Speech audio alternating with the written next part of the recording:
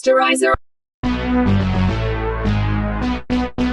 Sanibona kuphathi 72 la siqala khona emzini kaLoshini ekhombisa uNatali ifile yepolice report eyariphotwa uRamsey yokutshontshwa kwesibhamu sakhe. wathi uLoshini fonela le ntombazana uMichelle umbuzo ukuthi isibhamu wasithengaphi. Wathi uNatali okay ngizomfonela. Wathi uLoshini ngithi mfonele manje. Wakhipha ifoni uNatali ethethe uLoshini ethi ungakube uphinde unike omunye umuntu inamba yale yantombazana zakathenga isibhamu. uNatali wayesetatazela wafona ethi ufonela ifoni kaMichelle wathola ukuthi ayisa-exist isi-disconnectiwe. uNatali wayengakholwa wathi uthi uyazama futhi okwesibili yaphinde yamtshela ukuthi i-call isi-disconnected, the number does not exist. Wathi uLoshini kuza kuNatali ukuthi kuthiwani. Wathi uNatali kuthiwa le number seya-disconnect. Wathi uLoshini yabona kaNatali ukuthi lento izokwenza ukuthi uKhela abuke sengathi wasintshontsha isibhamu ngenhloso yokuthi uRamsey angakwazi ukuyivikela. uNatali wayesekhala ngokuthi ngaze ngamfaka uKhela enkingeni ngithi ngiyamsiza. Wathi uLoshini i-prosecutor izosizakala ngayo lento. Wathi uLoshini asambe manje sikukhele. Wathi uNatali ngisasaba mina Loshini. Wathi uLoshini akunanto oyisabayo la Natali woza ngilandela sambe sikukhele. Baphuma bahamba uLoshini noNatali bathi sebesegcekeni likaKheli. Wethuka uNatali bebona uTravis eqhamuka emva kwezindlu. uLoshini wabuza kuTravis ukuthi uqhamukaphi la wenzani la emva kwezindlu. uTravis oqalwa ngengeza wabanjwa amalimi wasethi hayi bengiyihambele. Wathi uLoshini uyihambele emva kwezindlu zabantu woza la. Weza uTravis wasondela ngesikhathi uLoshini embuza ukuthi yayisho ukuthi ubuwenzani emva kwezindlu zabantu. Wathi uTravis ngikutshelile nje ukuthi bengiyihambele. Wathi uLoshini Natali phindele ekhaya. Wahamba uNatali wabuyela endlini. Wasala uLoshini wathi wena awukangitsheli ukuthi ubuwenzani emva kwendlu. Wathi uTravis benginokho emnyango kaKheli. Wathi uLoshini umnyango ungapha nje. Wathi uTravis uKheli uyathanda mangiqhamuka ngemuva njengoba engifonelile nje uthe ngize ngemuva. Wathi uLoshini yima kanje la unganyakazi. Wahamba uLoshini sewonokho endlini kaKheli. Kelly, solution. Hey. Wathi uLoshini Kheli lo uke wanokho endlini yakho. Wathi uKheli cha akazanokho. Ethi uKheli uzokwenzani futhi lona la. Wathi uTravis Kheli ungifonelile nje ungayenzi leyo nto ngoba nakho ubona uLoshini ngingaveza nobufakazi efonini yami. Wathi uKheli ngakutshela ukuthi ihlukana nami Travis. Wathi uLoshini wena Travis awufunanga ne-restraining order emaphoyiseni uthi uKheli uyakuhlupha. Wavuma uTravis ukuthi khona. Wathi uLoshini pho uzofunana endlini yakhe. Wathi uTravis uKheli ungifonelile wathi unenkinga so bengizomcheck. Wathi uLoshini ngiyakubopha manje. Wathi uTravis ungibopha ngenzeni. uLoshini uvela xavuna uTravis wambamba ezandla wamfakoza Nkosi. Ngathi uLoshini ebopha uTravis ehleka uTravis ethi uyabazi kahle abazali bami ukuthi ba-powerful kanjani la eMexini. Wathi uLoshini akunandaba nokuba powerful kwabazali bakho mina. uLoshini wafaka uTravis emotweni yamaphoyisa wahamba uLoshini esemva kwendlu kaKheli. Ngesikhathi uLoshini etshela uKheli ukuthi ngisawubheka ukuthi ubenzani lo ngemuva. Ngenkathi esesemva kwendlu uLoshini uTravis wayehlele emotweni ngemuva wayehleka ngingayeki ukuhleka. uKheli waze wambuza ukuthi yini ekuhlekisayo. Wathi uTravis ngihleka wena Kheli ukuthi uzoboshwa impilo yakho yonke. Ethi uKheli ngakwenzani Travis ngoba ungafuni ukuhlukana nami. Wathi uTravis usuyayibuzisa ukuthi wangenzani wazi kahle ukuthi wangenza isilima waheva nami sex waje wangiziba waziba ama-phone calls zami. Angenziwa kanjalo mina Kheli impilo yakho ngisazoyenza ibenzima. Wathi uKheli inzima already impilo yami. Ethi ngabe isona sizathu sokuthi wabulala uRamsey wasufonela uJustice. Wahleka uTravis wathi angikwazi ukuthi ukhuluma ngani. Ethi kodwa wena Kheli awukakaboni lutho wena likhulu engisazolenza kuwena. Wabuya uLoshini wathethisa uKheli wathi hlukana nalesilima Kheli ngene endlini. uLoshini wamemeza noNatali wayeme emnyango wakhe. Wathi ngisahambise e-police station lesigebengu esicashe ngesonto. Wathi uKheli ngabe kukhona okuthola emva kwendlu. Wathi uLoshini cha angitholanga lutho kodwa ungaqali uye emva kwendlu ngoba ngisazothumela udetective bazokwenza research. Wathi uKheli ngiyabonga Loshini wahamba uLoshini eseyongena emotweni. Nasemzini kaEsperanza imoto kaSteven yayipake phambi komuzi kaEsperanza. Isikhathi efika imoto kaEsperanza wayipaka uEsperanza wehla wazobuza kuSteven ukuthi wenzani la. Wathi uSteven no bengizochecka wena Esperanza. Wathi uEsperanza angizwani nesicefe si-enough engisibangela u-Edward angingabangelwa-ke nawe wena isicefe. Wathi uSteven no angizile ukuzokuchecka ngaleyo ndlela mina nje bengizokubheka ukuthi u-right yini bese ngiyaxolisa about into yayizona. Wathi uEsperanza ngibongile ukuthi ufikile wazongichecka kodwa ngi-right ngicela ukuthi uhambe Steven ungajwayeli ukuza la. Wathi uSteven bengigcine no-Edward ekuthukuthelele ingakho bengifuna ukubona ukuthi u-right akakulimazanga yini. Wathi uEsperanza ngeke azangithinta u-Edward hamba la Steven. Wathi uSteven awusasho nokuthi ngidluleke nje kancane siqedele leya nto yethu esiphazamiseke sesiyiqalile. Wacasuka uEsperanza wathi siqedele ini wazwakukhohlakala Steven besigijima imarathon yini. That was so rude.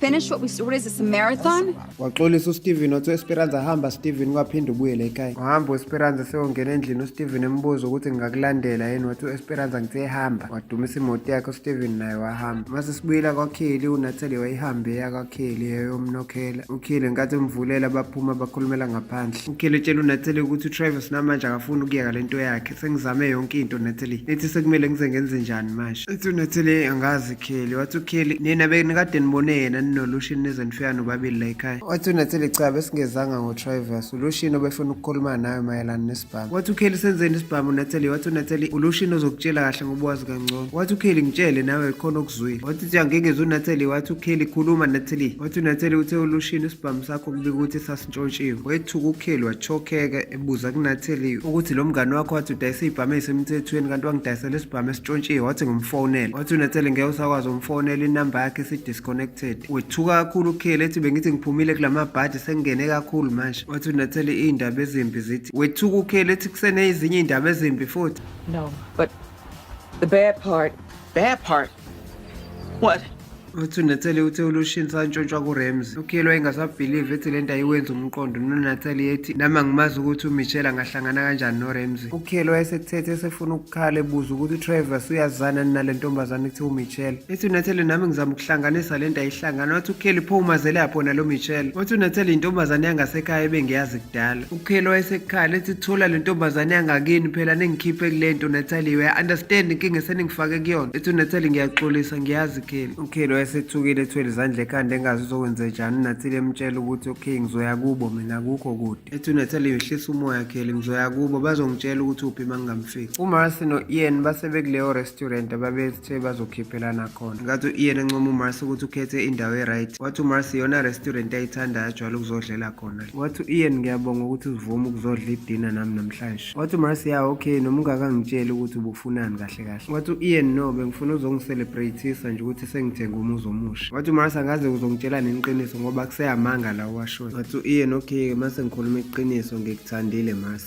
uMarcy waqala wayibuka isisu wasethi ngiyabonga ukuzwa lokho kodwa ngikho interested. wathi u-Ian makunjalo kayikho inkinga ngoba kushuthi idina yomdayisi we-real estate edla idina neclient lakhe kuphela. wathi uMarcy okungaphelela lapho. wathi u-Ian mawufuna kanjalo. wathi u-Ian kodwa serious Marcy yini wrong ngami mangibuka. wathi uMarcy no ayikho into wrong ngayo ukuthi angikafuni ukukhuluma izindaba zothando ngisacikwe-relationship engisuka kuyona ne-ex yami so angifuni ukwenza into esazongikhumbuza i-ex yami. wathi u-Ian kanti sakuhlupha nile ex yakho. wathi uMarcy ingihlupha kakhulu. wathi u-Ian ngingakusiza simyekise lento yakhe simsuku simfayele nama-restraining order azomenza agcine se-give uphile. wathi uMarcy ukhuluma ngoba umazi kahle uRandall. wathi uMarcy yeka ngoba umazi lo muntu esikhuluma ngaye. kwakhala iselfoni ka-Ian waxolisa u-Ian ethi kuzomela ayiphendule mhlawumbe ama-client. u-Ian wayiphendula ifoni ngesikhathi ekhuluma ethi ubani leli client elingilethela lona khulumani noLarry. ethi akatholakali kanjani efonini uLarry ngikwidina mina. wagcina sethi u-Ian okay kulungile ngiyeza. eseqedile ukufona u-Ian wathi uMarcy ngathi ayikuphathanga kahle le phone call. ungahamba Ian makuphoqa ukuthi hamba. wathi u-Ian angiyindawo Marcy leli client li-rich lifona mayelana nomfana walo ekuthiwa useboshiwe. indaba zalezi iy'ngane ezalwa abantu aba-rich ezazi ukuthi abameli bazosukumela phezulu ngokuthi abazali bazo bayikhokhela imali. ethi u-Ian noma kunjalo kodwa khona mase khuluma iqiniso la client elikhokha kahle ngoba imali yabo abazali balo mfana ibhalansisa ikhampani yethu yabameli. wathi u-Ian kunganjani-ke sipropose i-toast siphuzele ukucelebrate umuzi wami omusha. wathi uMarcy njengoba ngishilo ukuthi ngeke ngikwazi ukuphuza ngizophuza amanzi. wathi u-Ian kanti awuphuzi ngempela utshwala Marcy. wathi uMarcy ngiyaphuza kodwa nothi kulezi iy'nsuku. wathi u-Ian okay-ke nami ngeke ngiphuza siphuza amanzi sobabili. mase siye eMaxine police station wayefika uLucian owebamba uTrivers engena naye ezomhlalisa phansi. wathi uLucian esatshela uTrivers ukuthi akayeke ukugoloza kwaqhamuka u-Edward emva kwakhe. wathi uLucian ufunani wena? wathi u-Edward ubuwazi sonke lesikhathi wena ukuthi uSteven ulala no-Esperance. wathi uLucian akuyona into ongangibuza yona leyo. u-Esperance amayi-move on. wathi u-Edward ngeke ngiyivumele-ke leyo nto mina ngiyeke kanjalo. wathi uLucian uyaboshwa kumuntu ositoka abantu besifazane. yabo lesilimo esihleli la kade ngisibopha manje naso sibhizi siharasa umuntu wesifazane siyamlandela esitshela ukuthi akahlukane naye. nawe Edward mawulandelana no-Esperance ngizokubopha. wathi u-Edward ingathi awungazi kahle Lucian ukuthi ngubani. leyo nto iyobonakala uma ngihlangana noSteven sobabili endleleni. wathi uLucian Edward mawuke wacabanga ukuphinda into wayenza ku-Andrew kumele ucabangisise. wathi u-Edward akunanto engizoyicabangisisa wena tshela nje sasilime ekuthiwa uSteven ukuthi uma singaphinda sisondelane no-Esperance asongibona kahle. besakhuluma kanjalo wangena uSteven. wathi uLucian Steven nangu u-Edward ngathi khona into afuna ukutshela yona tshela yena-ke Edward. wathi uSteven sengikhona Edward ufuna ukuthini? wathi u-Edward ngifuna ukutshela ukuthi gade indlela oyihambayo futhi ihlukana no-Esperance. wathi uSteven u-Esperance akuyona ingane umuntu omdala uyazenzela ama-decision. wathi u-Edi ngaqala ukuthandana no-Esperance eseneminyaka ewu-17 so uzobe wrong uma ucabanga ukuthi ngizomyeka manje. fresh. Kunalokho nje Steven ngizokukhombisa ukuthi ubani indoda. Wathi Steven Edward kumanje ngisuka ku-Esperanza. Mangiqeda ishift yami ngizobuyela khona futhi. Wathi Edward ingathi singahlangana khona ngizokukhombisa ukuthi ngubani ngiyakhona nami. Bathe besakhuluma wafika uLushini wabahlukanisa ngekhathi etshela u-Edward ukuthi akaphuma ahamba shawo umoya. Waphuma u-Edward wathi angiqedile ngawe Steven. Wahamba uSteven kwasala uLushini esekhuluma noTravis embuza ukuthi Travis usuzongitshela-ke manje ukuthi ubuyenzani ngale emva kwendlu kaKelly. Wathi Travis ngikutshelile nje Lushini ukuthi bengizimele. Wathi Lushini umfunani uKelly. Wathi Travis ayisekho into engizoyikhuluma nawe Lushini. Ungangibizela leli phoyisa ekuthiwa uDion noma leli ekuthiwa uRick. Ngoba bona bazi kahle ukuthi uKelly umqambela amanga. Nawe ngiyakubona ukuthi usesayidini likaKelly. Wathi Lushini ake siyeke ukukhuluma ngoKelly sikhulume ngoRamsey lo wambulala. Wathi Travis mina nokubulala mina ngumfundisi we-youth lemithetho eyishumi ethi ungabulali. Ethi Lushini angitshele nje Travis wamnqoba kanjani uRamsey. La mfana ubetraine kumilitary lo. Enama-fighting moves lawo wena oshaya ngawo uKelly. Ngoba usisi kanje ubonakala nokuthi usoft wena wamnqoba kanjani. Noma mhlawumbe uRamsey wamfica esaxhoshwe insipho egeza ngoba nakho atholakala eshaweni enqunu. Wathi Travis yonke lento ngibalela yona Lushini angikwazi ukuthi ukhuluma ngani. Wathi Travis akwangcono naye neloya yami sengiyaphuma Lushini. Kwafika u-Ian notshela uSteven ukuthi abaqaqe lo muntu ozankosi. Wethuka uLushini wathi Ian manje usungiqonda ukungitshela ukuthi uyiloya yalo mfana. Wavuma u-Ian ukuthi yangummeli wakhe. Wathi uLushini uyamazi ukuthi ubani lo. Wathi u-Ian ngiyamazi client lami lelo Donovan Kane.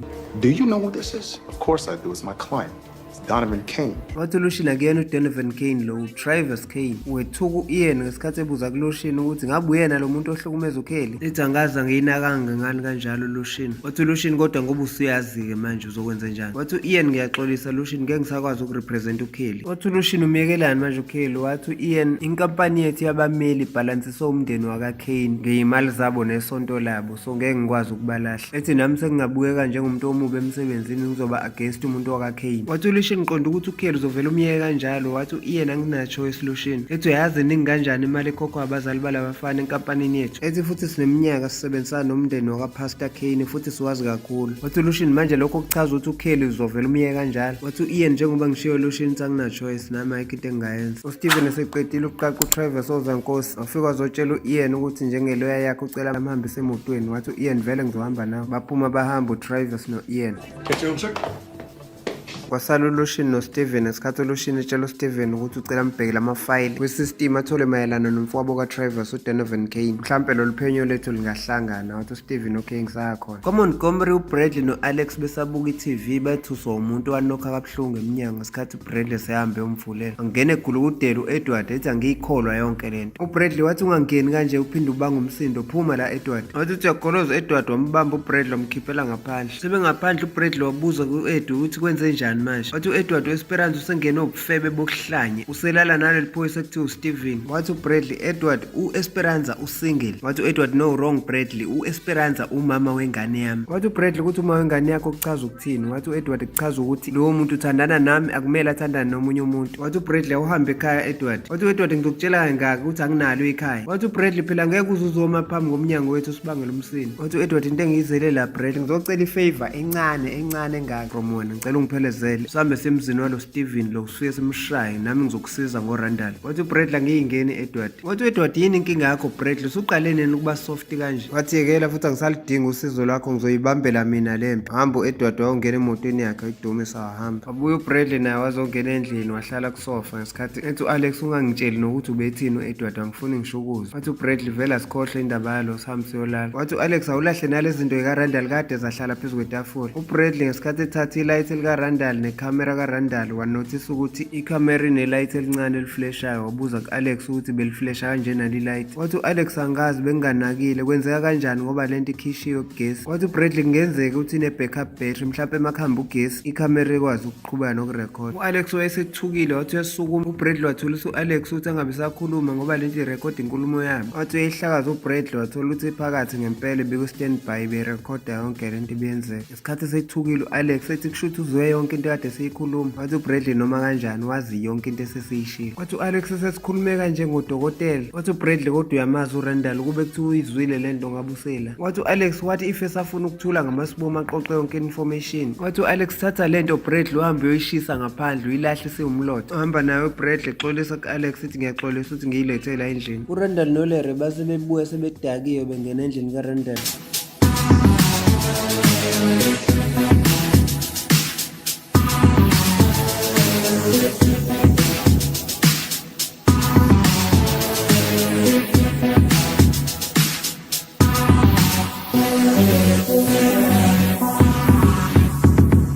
Bafike bahlala endlini kaRandall baqhubeka nokuphuza bexoxa izinto zakudala ababezenza besesikoleni beqhubeka behleka bephuza. Nokwathi lapho uLarry wancenga uRandall ukuthi ucela akhulule uMarcy manje. Wathi uRandall yona into angeke kazayenze leyo. U-Alex benoMarcy abantu besifazane bobabili afuna ukuthi abathwalise kanzima impilo yabo yonke emhlabeni. Ethi uLarry kanti yini lengaka akwenza yona uMarcy Randall. Wathi uRandall ingoba uMarcy walala nomakhelwane wami endlini yami yamathuluzi. Wathi uLarry kanti kwakungewona yini Randall owaqala wayolala nonkosikazi walowo makhelwane, and worst part ukuthi lowo nkosikazi kamakhelwane wakho waze wakhulelwa. Wathi uRandall wakhulelwa kanjani ngoba ngikutshelile ukuthi leyo ngane kuthiwa eyephoyisa elumakhelwane kwenye indawo nalo. Wathi uLarry kodwa ngiyakucela Randall manje awumxegisele uMarcy nomuntu sesimene esibi njengoba ekhulelwe. Wethuka uRandall wathi utheni kanti uLarry uyisho ngephutha leyo nto bengaqondile ukuyisho. Come on, man. She's been through so much, man, and she's pregnant. You really need to just what? What? What did you just say? What did you just say? What? Siyayibeka lapha namhlanje ungaphuthelwa episode elandela iso-uploada kungekudala.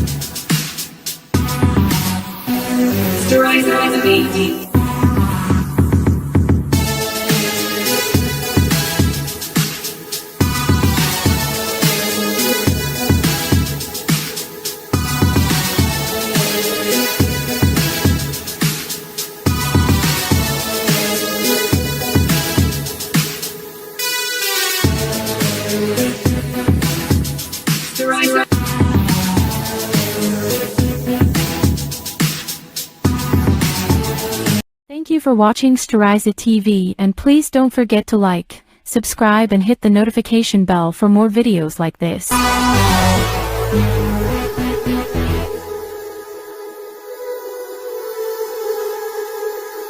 Storiza TV.